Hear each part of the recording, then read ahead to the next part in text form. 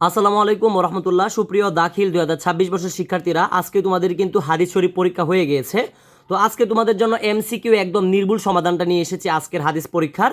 তো তোমরা তোমাদের পরীক্ষার এমসিকিউর সাথে মিলিয়ে নিবে। তো এখানে অলরেডি দেখতে পারতেছো অনেকগুলো দাগানো, তো এইগুলো আসলে তুমি কনফার্ম করবা না, কারণটা হচ্ছে এগুলো আমি এখান থেকে কালেক্ট করেছি একজন স্টুডেন্টের।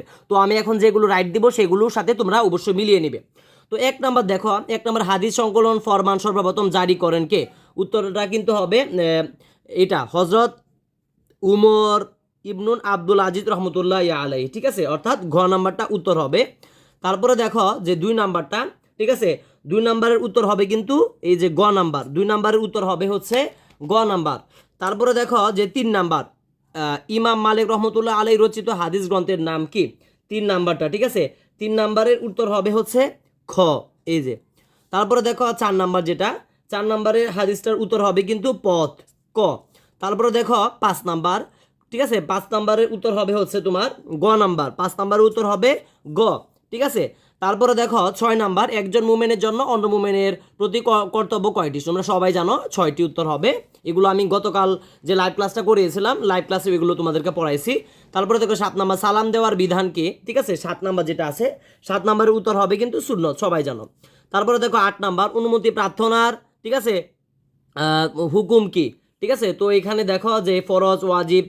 তো এখানে যে বিষয়গুলো আছে, তোমরা যারা, আমরা ওই দিন কিন্তু লাইভ ক্লাসে একদম তোমাদেরকে এ টু জেড খুব ভালো করে তোমাদেরকে এগুলো কিন্তু বুঝাইছি। তো আমি আশা করি যে এগুলো কিন্তু তুমি খুব ভালো করে দিছো, ঠিক আছে। উত্তরটা হবে কিন্তু গ নাম্বারটা হবে। কোথায়? এই গ নাম্বারটা উত্তর হবে, ঠিক আছে। অনুমতি প্রার্থনার হুকুম কি? উত্তর হবে কিন্তু গ নাম্বারটা, ঠিক আছে। তো তারপরে দেখো যে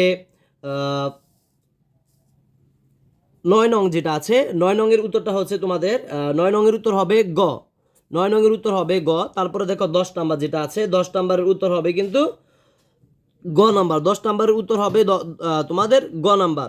তারপরে দেখো 11 নাম্বার যেটা আছে, 11 নাম্বার উত্তর হবে হচ্ছে তোমার হাইতোলা, ঘ নাম্বারটা। তারপরে দেখো 12 নাম্বার যেটা আছে, ঠিক আছে, 12 নাম্বার অর্থাৎ নামাজের মধ্যে কোন প্রকার হাসি অজু ও নামাজ উভয়টি নষ্ট হবে, ঠিক আছে।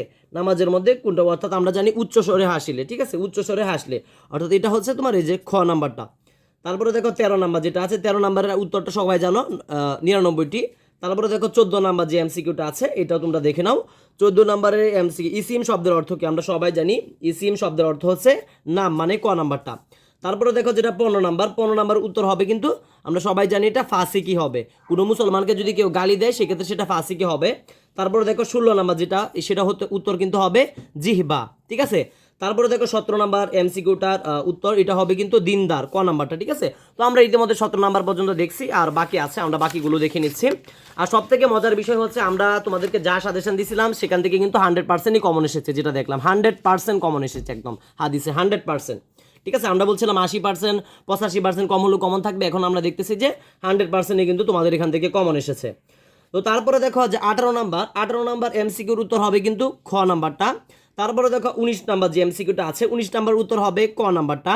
তারপরে দেখো 20 নাম্বার যে এমসিকিউটা দেখতে পাচ্ছ, 20 নাম্বারের উত্তর হবে কিন্তু হজরত ইব্রাহিম আলাইহি আসাল্লাম, ঠিক আছে। খলিলুল্লাহ কোন নবীর উপাধি? আমরা সবাই জানি হজরত ইব্রাহিম আলাইহি আসাল্লাম। তারপরে দেখো যে 21 নাম্বার, ঠিক আছে, খ্রিস্টানরা ঈসা আলাইহি আসসালাম এর প্রশংসায়, ঠিক আছে, বাড়াবাড়ি করে তাকে কি বলে? ঠিক আছে, তো এটা সবাই জানে, আমরা কিন্তু আল্লাহর পুত্র বলে এটাতে, ঠিক আছে।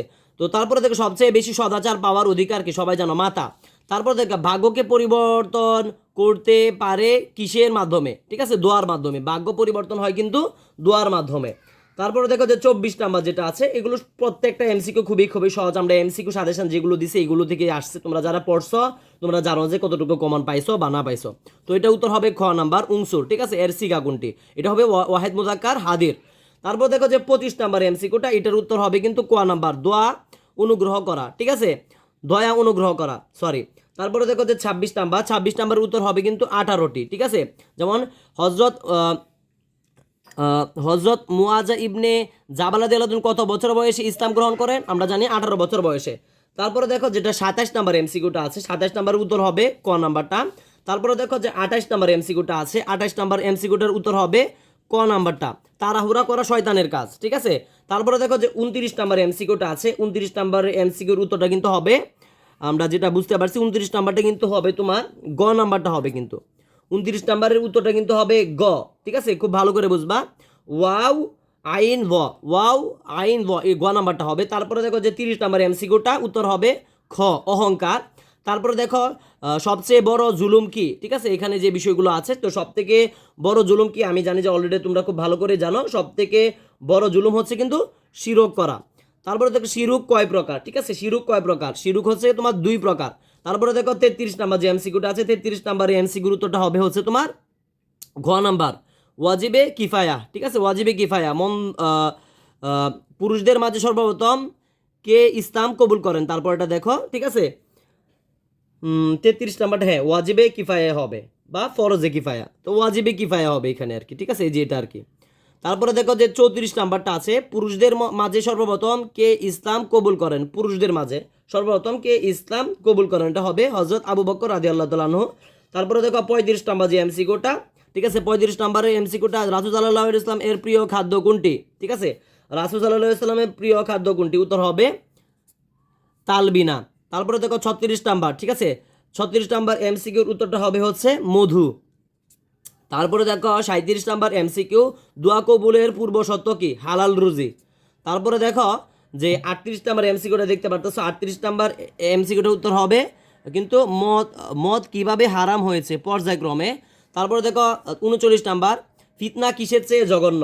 ফিতনা কিসের চেয়ে জঘন্য? ঠিক আছে, এটা হবে হত্যা, হত্যা করার থেকে জঘন্য হচ্ছে ফিতনা। অশ্লীলতা কি কমায়? অশ্লীলতা কি কমায়? উত্তর হবে কিন্তু খ, লজ্জা কমায়। তো আশা করতে পারি যে আমরা এমসিকিউগুলো তোমাদেরকে সলভ করে দিলাম। আশা করি বাড়ি তোমাদের প্রশ্নের সাথে তোমরা মিলিয়ে নেবে। আমরা আশাবাদী যে তোমরা 100% আমাদের সাজেশন থেকে কমন পেয়েছো। আমরা সাজেশনে কিন্তু এগুলো দিয়েছিলাম, যে এই যে হাদিস কাকে মতন অনুসারে হাদিস কত প্রকার, এগুলো কিন্তু একদম এসেছে। আর বলছিলাম রাবিন, হাদিসের রাবির নাম সহ যে রাবিগুলো দিছিলাম, সেই রাবিগুলো পরিচিত হয়তো তোমরা দেখছো, রাবির নাম সহ তোমরা খুব ভালো করে আনসার করতে পারছো। তো তোমরা অবশ্যই যারা পরীক্ষা দিয়েছো, তো তোমাদের জন্য শুভকামনা থাকবে। এবং যারা আমাদের চ্যানেলে নতুন ছিল অবশ্যই চ্যানেলটি সাবস্ক্রাইব করে পাশে থাকবে এবং ভিডিওটি ভালো করে বেশি করে শেয়ার করে দিবে। আর তোমাদের অলরেডি যে আকাইদ ও ফিকহ, এটা কিন্তু আমরা অলরেডি সাজেশন ইউটিউবে আপলোড করছি এবং এমসিকিউ আকাইদের ইউটিউবে আপলোড করছি, দেখে নিবে। আশাবাদী আমরা আকাইদ থেকেও তোমরা 100% কমন পাবে। তো সকলে সুস্বাস্থ্য কামনা করে আজকের মতো বিদায় নিচ্ছি। আসসালামু আলাইকুম রহমতুল্লাহি ওয়া বারাকাতুহু।